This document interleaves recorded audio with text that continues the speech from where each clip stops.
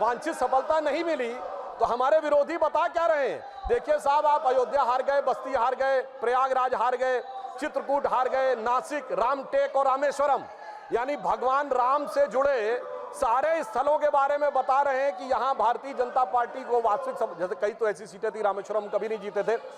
परंतु महोदय मैं कह रहा हूं ये समझ नहीं पाए प्रभु की लीला क्या है। जो लोग ये कहते थे कि राम हुए नहीं, इसका सबूत दो,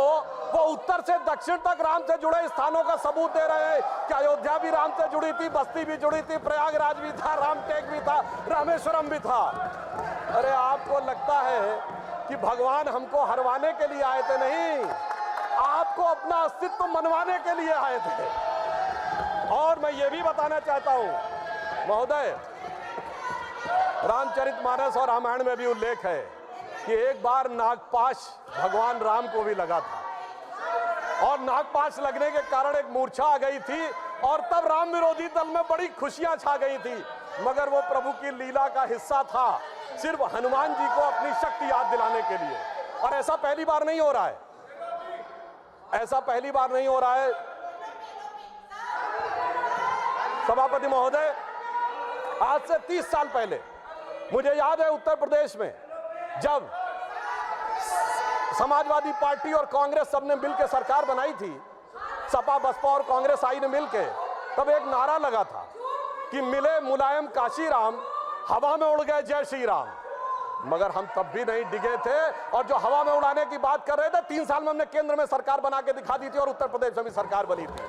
अरे अब तो इतना अंतर आया है, तब आप हवा में उड़ाने की बात कर रहे हैं, अब आप एक एक स्थान को बता रहे हैं। आप निश्चित रहिए, जिसे एक हम लोग जो प्रसिद्ध भजन सुनते थे उसमें ये कहा गया है, जो हनुमान जी का प्रसिद्ध भजन है कि रावण युद्ध अजान कियो तब नाग की फांस सबे सिर डारो, परंतु चिंता मत करिए, वो शक्ति पुनः जागृत हो रही है